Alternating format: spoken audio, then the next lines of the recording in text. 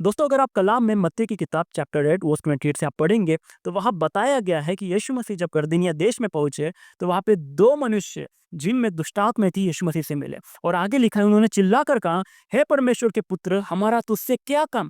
क्या तू समय से पहले व्हिच मीन्स न्याय से पहले हमें दुःख देने आया है?" अब दुष्टात्माओं को दुःख कहाँ मिलेगा? क्योंकि वो तो शरीर में रहकर इस धरती में मज़े करते हैं, फिर दुःख कहाँ मिलता है?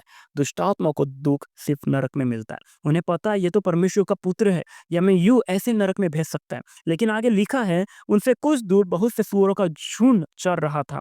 दुष्टात्माओं ने उससे यह कहकर विनती की, यदि तू हमें निकालता है तो सूअरों के झुंड में भेज दे। यहाँ गौर करने वाली बात यह है दोस्तों कि दुष्टात्माएँ भी अच्छे से जानती है कि नर्क कैसी जगह है, नर्क कितनी भयानक जगह है, जहाँ सिर्फ़ दर्द है, दुःख है और पीड़ा है। और स दुष्टात्माएँ भी उस नरक में नहीं जाना चाहती, उस दुःख को नहीं सहना चाहती है। वो इस धरती में रहना चाहती है, इंसानों के शरीर में या जानवरों के शरीर में, लेकिन वो नरक में नहीं जाना चाहती।